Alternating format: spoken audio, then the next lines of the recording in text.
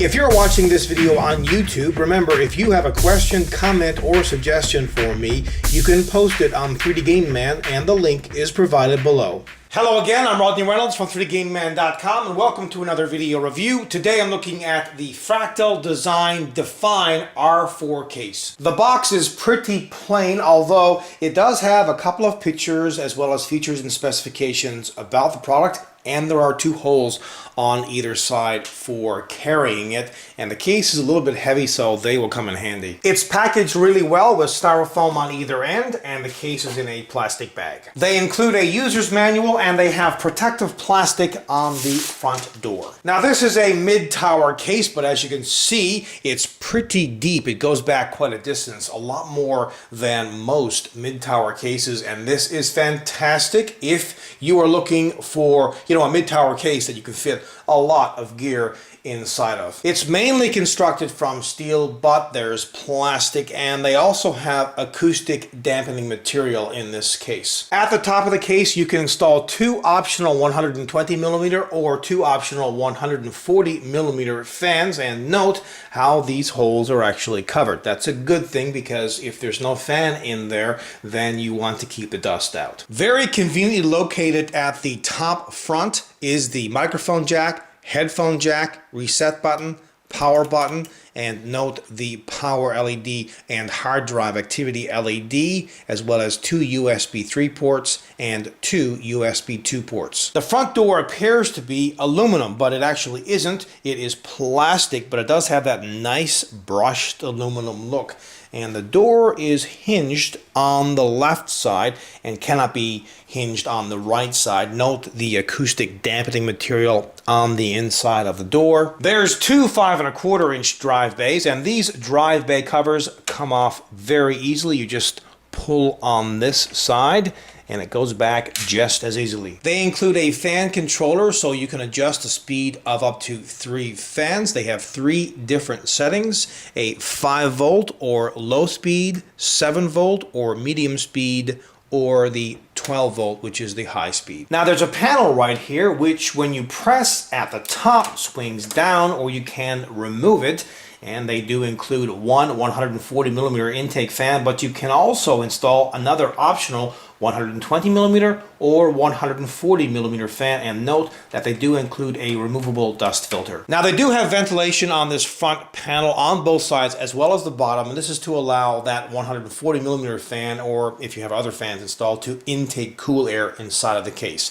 Now, on the left side panel, there isn't much except for a place to install an optional 140mm or 120mm fan, and again, this hole is covered to keep the dust out. At the back of the case is extra ventilation. They include a 140mm exhaust fan. However, you can swap this out if you want to and install a 120mm fan. Here's where the motherboard's I/O shield plate gets installed, and there are 7 horizontal ventilated expansion slots as well as another vertical ventilated expansion slot. At the bottom is where a standard ATX power supply gets installed, and note just on the inside here they have some rubber to cut down on vibrations. As well, there are 4 thumb screws, 2 on each side panel. Now, there's acoustic dampening material on both side panels and as well on the holes that are covered. Acoustic material like this is great because it will really reduce the noise coming from your computer system. However, it does add weight to the case. Inside of the case, they include this accessory box, and in it they include a number of screws: regular screws, thumb screws, motherboard standoffs, rubber spacers, and cable ties. This case fits mini ITX, micro ATX, and standard ATX form factor motherboards. And as you can see, there is a fair amount of room to work on the inside. As a matter of fact, it's a lot of room when you consider that this is a mid-tower case. Now, unfortunately, the motherboard tray is not removable, but they do include a large hole on the motherboard tray for the cooler's retention plate, and this is an enormous time saver. There's also plenty of space behind the motherboard tray and the right side panel for routing cables, tucking them away, getting them out of the inside of the case, which will increase the airflow in the main part of the case. Not only that, it looks fantastic. There's also lots of rubber grommeted holes to route those cables through. They include 4 rubber rests for the power supply to lodge on. You can install an optional 140mm or 120mm fan at the bottom of the case as well. You can install up to 2 3.5-inch drives and 8 3.5-inch drives. And 5 of those can be installed in the top hard drive cage and 3 more at the bottom. Now this top hard drive cage can actually be removed very easily by taking off 2 thumb screws, and it just slides out.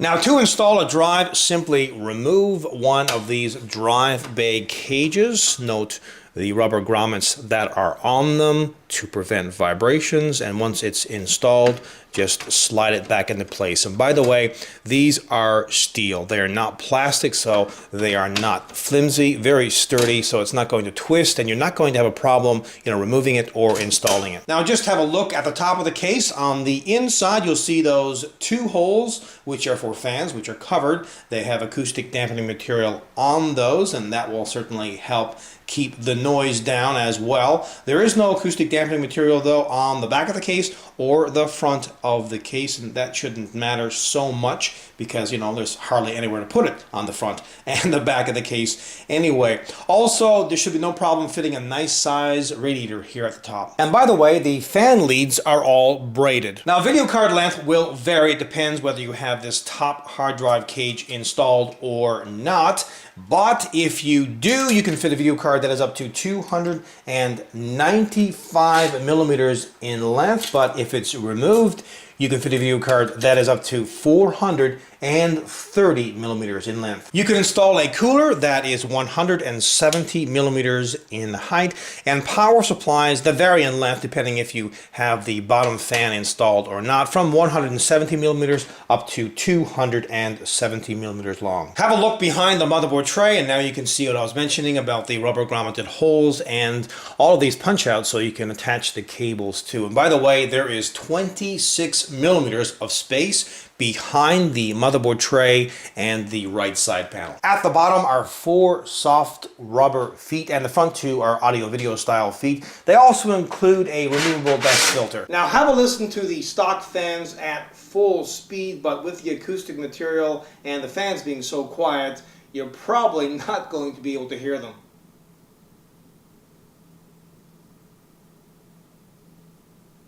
Aside from the fact that this is a fairly heavy mid-tower case and it has a rather boxy look, it's a fantastic product because the overall build quality, styling, and design on this is really, really good. Also, this case has, pretty much all the features that you should be looking for in a mid-tower case. Overall, this is a kick-ass product. Until next time, take care. I hope you enjoyed this video review, and please note that pricing for this product is available on the 3D Game Man video review page.